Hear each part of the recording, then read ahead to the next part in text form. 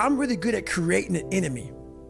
I'm really good at creating something that I'm against. And I'm also good at, if you ever tell me something that I cannot do, I'm gonna let you know that I'm doing it. Right. Somehow you're gonna fucking know one way or another that I'm doing it. It may not be like in your face. I may make sure that I run across the daggone world, so then it's on the news, and you turn the news on and say, how the hell did he do that? I'm gonna do something that you know I'm here. I'm here. So every time I lose like a big significant amount of weight, I call that recruiter up and say, hey man, I'm here. I'm here.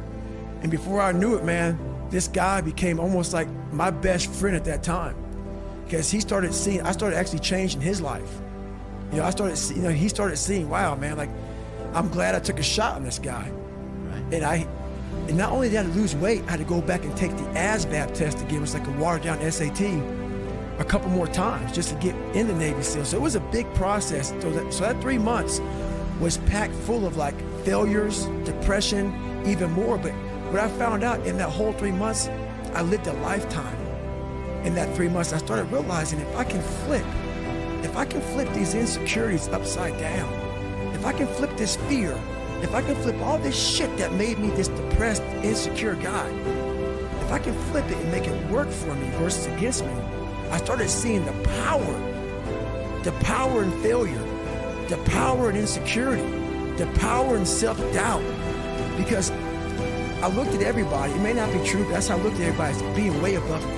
I thought to myself, if I can be at the lowest part in the world, in the sewer, and be able to overcome all this shit, I started using that as power. And I slowly started passing the guys from Harvard, the guys from MIT, the guys who were these great families and shit. I'm like, oh my God, I'm catching up. I had nothing. So I started flipping it and using this power. So every morning I wake up, it's not just about working out, but for me, working out has been a very big part of my mental growth. So for me, if I am not challenging myself every day, and I swear to God, people will not believe it, I was over almost 300 pounds twice in my life. A person that does that twice in his life does not enjoy cardiovascular activity, okay? Yeah. So people can put anything they want to in their head. I did realize one thing. The things I don't enjoy that I still do, that's where growth is at. And that's, for me, the only place growth is at, is in that very uncomfortable, in that uncomfortable zone. Yeah. So I have to visit it every single day. So and when you say visit it every day, what sort of things are you doing daily to push yourself? So for instance, today I woke up and I just got to London and I don't know where to run here. It's very difficult to run around this place. So someone said, hey, you can run around out here, like around this 1 mile block. And I'm like, you know what? I'm not doing that.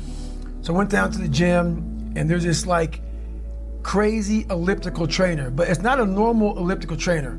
It's one that you like almost self-power. It's very... Yeah, it's not electric. It's very difficult. Yeah.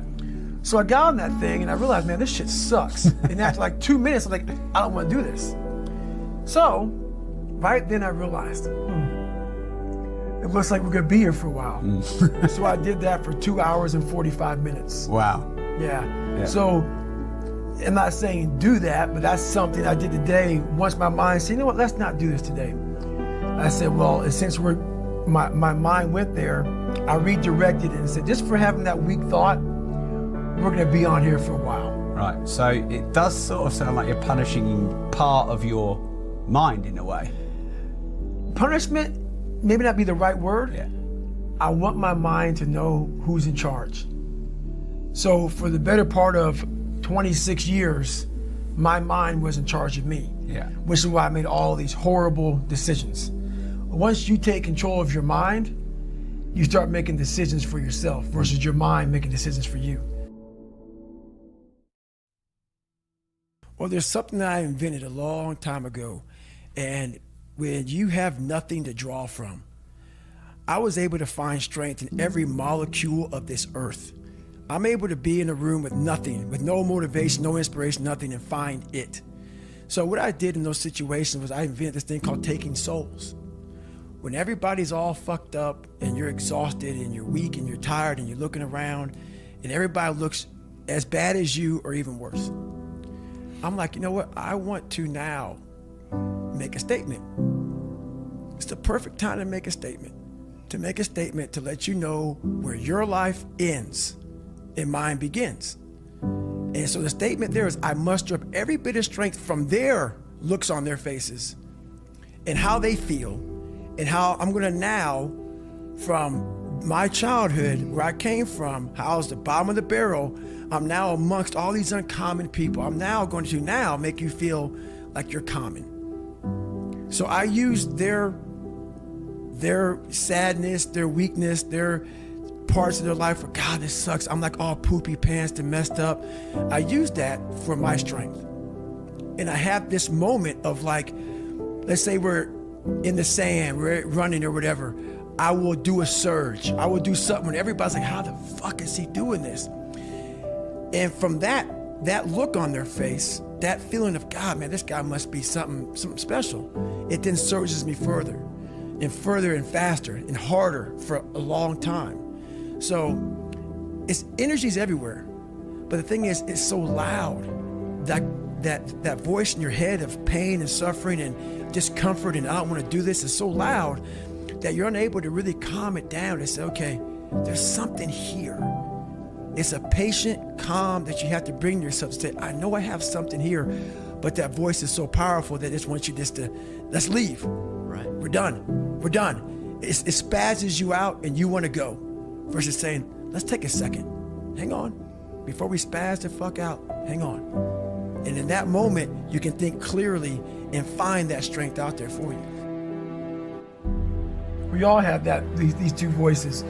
For me, my routine is every night I stretch out. And I stretch out for 2 or 3 hours every single night without fail. Yeah.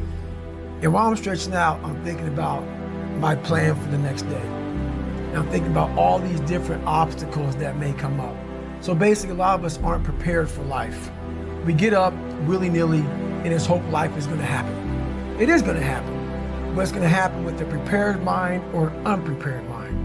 Most people attack life with an unprepared mind. What I do is I try to account for all things that could happen, might happen, probably will happen, and then the unknowns.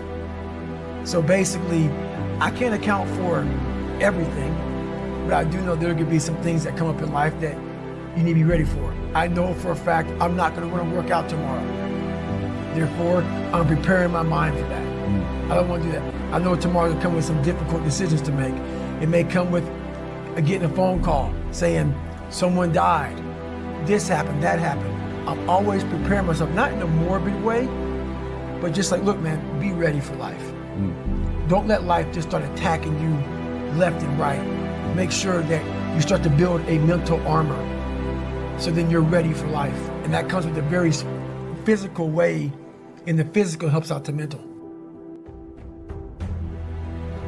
A lot of us don't know of a whole nother world that exists. It's on the other side of suffering. Once you break these barriers that you have made for yourself, like the mind is the most powerful thing in the world. It is so amazing that I used to be a 300-pound guy and I thought that was it. Could barely read, could do anything. And now, that what was inside that person was this guy that's in front of you today. That's how scary the mind is. And that's what I started realizing through this journey, is that once I got a taste of, wow, man, I haven't even cracked. I haven't even begun to crack what the mind is capable of. And what I started realizing is on the other end of suffering, that's the real growth of life. Because you realize how the mind processes shit. And I talk about another thing called theory and practice. A lot of people are theorists. These smart guys that read these fucking books and shit, man, and they sit down and they tell you what the mind is supposed to do. And a lot of us listen to that shit. It becomes like, this is it, man. This old man who has been studying the mind forever, this is the cap that we have. By being a practitioner, I went out and realized a lot of these guys are so wrong, man. the mind has capabilities that are so unknown. And I found that through suffering. And there's a whole nother world on the other end of that. I realized at a young age how to change myself was through discipline. And the military didn't teach me that. It was something I realized I had zero discipline, zero self-discipline. And I realized I have to start developing this. And I started really because I was horrible at reading and I was horrible at writing. I have so many learning disabilities, it's not even funny. So I just sit down at the table and spend so much time in this, reading and writing and learning. And that kind of translated over to my self-discipline with working out. So that's where it started. I started when I was about 16 years old and said, well, I have a 4th grade reading level. You know, let me go ahead now and start really focusing because I'm not gonna get in the military because I gotta pass the test. Yeah. So that's where it started for me. What makes people different is a flip in their fucking mindset. All those things that happen to you in your life, all those bad things, all those things that you blame other people for, they're now yours to own. You gotta figure out a way to reprogram your mind to get outside the box. A lot of people will listen to this and they'll be motivated. They'll be fired up. They'll be so fired up it's not even funny. Motivation is just kindling. It starts to fire. But that kindling, once one raindrop hits that little kindling, it's burnt out. But it has to be something that's deep down inside. So motivation is like this. If you're married and your wife is okay and your bills are paid and the kids are good and the dog's good, if everything is good, you can find some motivation. Because why? Your life is happy. It's that motherfucker that wakes up in the sewer every fucking day, has nothing to fucking go home to, has nothing. Bills aren't paid, doesn't know when the fucking next meal's coming, doesn't know shit. And still says, fuck it. I am going to do what I have to do to get to where the fuck I have to go. That's the difference between motivation and drive, and then soon, obsession. Obsession makes a person, makes other people, like, so when you're around somebody that's obsessed, most people don't have any fucking idea what to call you. So they call you crazy. They call you crazy because they don't understand where you're trying to go. Right. What the fuck you're trying to do, what you're trying to be. So to the normal person, which we're all normal, we're all very normal. Once they turn that mindset to a point where they no longer want to be so-called normal, that's when you start to find out that motivation is not enough. It's not enough. You have to be that person who, no matter what's going on, if you're a big time runner, you don't care what temperature. It's like a whole bunch of people I run with. Guess what they do every morning? Every night, they look to see what the fucking temperature is going to be tomorrow. Right. What's the temperature going to be? So am I going to run inside or am I going to run outside? A person that's obsessed and wants to just get there, they don't give a fuck what the temperature is. They no longer care because they know no matter what's out there, no matter if it's snowing, if it's a damn tropical storm, if it's 220 below, they're going to run. They don't care. So there's no need to waste the time to look. Right. I'm just going to go. And that's how you want to get your mind. It doesn't matter what the fuck's out there, what's in front of me. Because a motivated person is gonna look. Because that weather is gonna fucking change their motivation. Up or down. Oh, it's 70 and sunny. I'm motivated. Oh, it's 30 in a blizzard. Fuck that. I'm gonna go inside. An obsessed person doesn't care. They get the fucking job done. When I was in hell, I wasn't able to be in hell and be calm. Hell makes you anxious. Hell makes you want to get out of it. It's that person who has the ability to be in hell and think very calmly, very rationally about what the hell is going on. What's the truth? What's the reality? Why is my dad this way? Why are these kids calling me nigger? Why? You have to be able to piece people apart. Take it down, dissect it, and see what's going on. So back then, I didn't have those skills. I had no skills. All I saw was a whole bunch of kids like me, but I no longer saw that. All I saw was the spray paint on my car, me being called nigger. That's all I saw. My lens was this big. It was very small fucking lens, when now my lens is huge. I see everybody for who they are and what they are. So that's the one thing that changed in me, was my reality.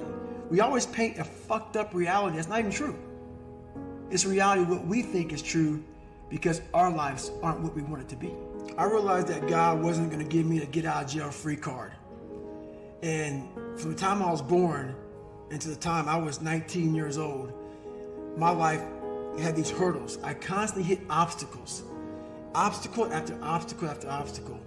And I had to figure out how to manage suffering, how to deal with it, because it could be part of my life forever. At least that's what I thought.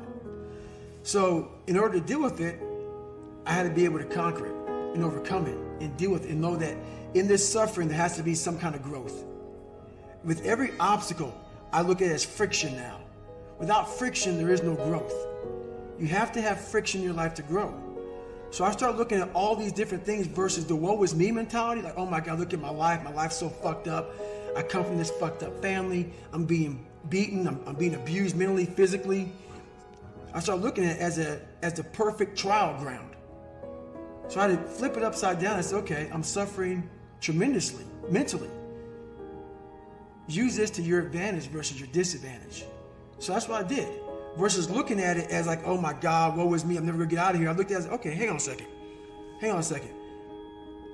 If I can overcome this, if I can find some power in this, some way to get through this, that right there will be the fuel for the rest of my life. And so I found great strength in suffering. Great strength in it because why? Through all of that, it started to callous my mind over the victim's mentality. You have to recognize what you've gone through. And that right there gave me pride. I realized that very few people could turn upside down what I did. I was able to turn upside down every negative thing in my life. Everything, and use it for power. Because on the other end of suffering is greatness. It's not over here. So a whole bunch of us, we put ourselves in this great box. And in that box, there's no suffering in it. So what we do is we shelter ourselves from greatness. So for me, for instance, I was 300 damn pounds at one time in my life. Sprayed for cockroaches, made $1,000 a month. I was living in that box. I would sometimes look over the box and I saw hell, suffering, storms, avalanches, tornadoes. I'm not gonna go over there. But I knew if I can get through that shit mentally, on the other side was a 185-pound person who's a Navy SEAL, went through Ranger School. Only person to do this, only person to do that, only person to do this. But that's through all of that shit. All that shit I have to go through. So you peek over the box and you go back in and say, oh, I'm okay being 300 pounds, making $1,000 a month. I'm okay over here.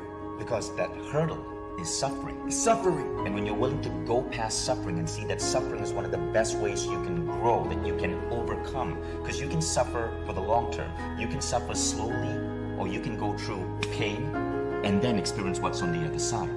Now the other side is where you really start your journey. People think they start their journey because they're born. No, there's a lot of people in graves who have lived 100 years and have never started their real journey. Your real journey starts when you go outside that box and you start climbing mountains. And you think you're at the top of the mountain, you go down the other side of it, think, I'm here, and you look up, fuck, there's another fucking mountain.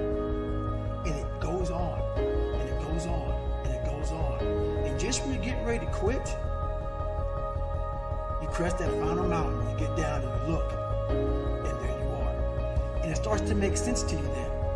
It doesn't make sense to you until you get outside that fucking box. I'll talk to so many fucking people, and what I say is not for everybody. So many people don't have any clue on what the fuck I'm saying because they're in this box. And it's their brain. The mind's a very powerful thing. It has a tactical advantage over you all the time. It knows your fears, it knows your insecurities, it knows where you don't want to go. So it will guide you away from that. And that's why the mind will always win until you reprogram it. It will always win until you fucking reprogram it.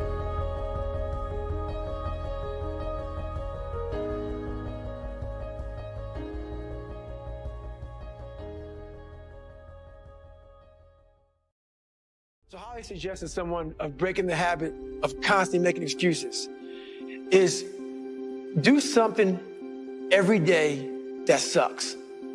There's a saying out there. There's a saying that says triple down on your strengths. Tripling down on your strengths does one thing to you. Makes you very comfortable. It makes you very strong at what you're good at. So why people have excuses is that's the world they live in. They live in a world where if they're good at running, all they do is run. If they're good at reading, all they do is read. So the excuse world comes up is because when the world, life, doesn't give a damn what you're good at. It's just gonna put challenges in front of you. So when that challenge comes up that you're not great at, the first thing the whole triple down on your strengths mentality does is it forces you to say, I'm not good at it, so I'm not gonna do it. Versus saying, I'm not good at it, I'm gonna be great at it. I'm gonna figure out, I'm gonna put the work. That's how you start to callous your mind. The excuses that we're making are just because we're not good at it. So it makes us feel insecure. It makes us feel a certain way. That's why I tell everybody, you cannot fix anything in life until you fix yourself. A lot of people out here give great, how many people do you know in your life that give great advice? They give the best advice on the planet Earth, but their life's all jacked up. No one looks inside themselves because what they see inside is ugly. It's ugly, it's full of lies, it's full of secrets, it's full of insecurities. Once you dive into that, you have no more excuses because you'll start ripping away those layers of insecurities. You know, the other end of those layers is exactly who you truly are. So do something every day that sucks. Get outside your comfort zone. Triple down on your weaknesses, not your strengths. That's how you grow. That's how you stop making excuses.